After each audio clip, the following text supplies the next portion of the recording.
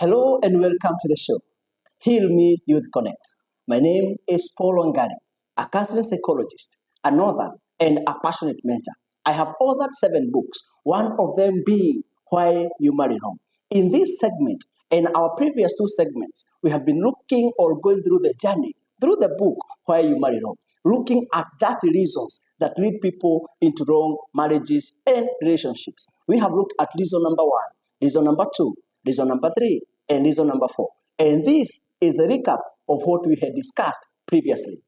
Reason number 3 why people marry wrong. Insatiable appetite for status. Reason number 4. Age is catching up with me. This is another reason that many people are getting into marriages because of pressure from the society, from parents and from friends, that you're telling you that age is catching up with you. Why don't you get married? Your children shall call you grandfather or grandmother. Why don't you get married early so that you can get children? Now, this reason, many people are paying dearly when they get into wrong marriages. Now, today we continue with reason number 5. Remember that the reason why so many people today are in anguish, are actually suffering in relationships, and why relationships are not working is because people are going to relationships with wrong reasons. And I say, and I continue to say, that before you go into a relationship, you need to ask yourself some questions. Why am I going to this relationship? What is my take in this relationship? What do I want to gain or give in this relationship? Without those answers, then you are likely to suffer in that relationship.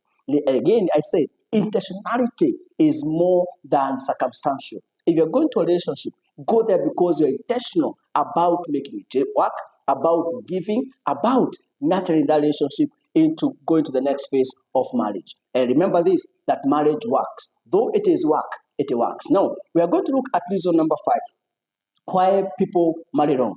Number 5, this is page number 15. Now, the reason says this, that parents or societal expectations and peer pressure.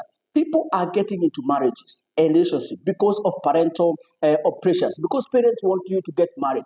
They are asking for grandchildren. They want you to bring someone home. And through that, you get pressured into going into a relationship and getting married because of that. And then you realize that you are not ready in the first place for that particular marriage. Again, societal pressures. There are people who, your aunties will pressure you to get married. Your uncles, your friends, will get you pressure to get married. Again, your peers who have all gotten married except you. And now you feel that like you are the odd one out. And therefore, you get into a marriage only to realize that you're not prepared psychologically, emotionally, and you're not intentional about that relationship or marriage. No, we look at reason number 5, and I read that Benila is married to Drake, but she is very unhappy. Drake used to drink heavily before they met. Although he no longer drinks, he is an underperformer. If you know what I mean. She hates her husband with a passion because he doesn't satisfy her in bed.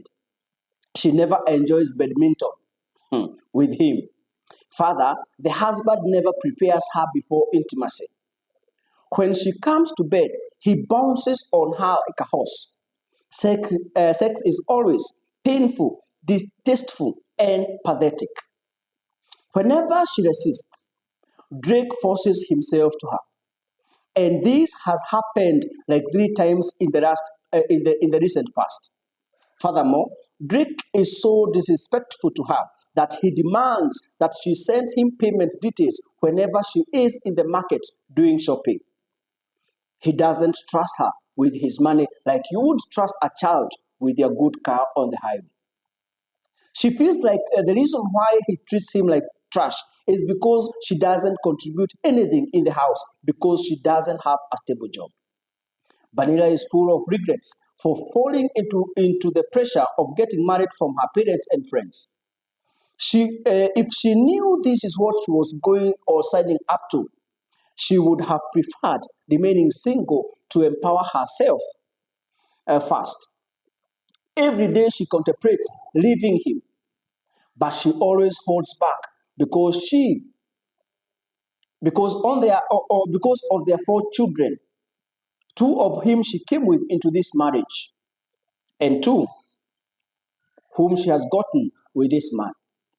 She wonders where she will take them and how she would even provide for them on her own. She is hopeless and helpless. She cries herself into oblivion every night.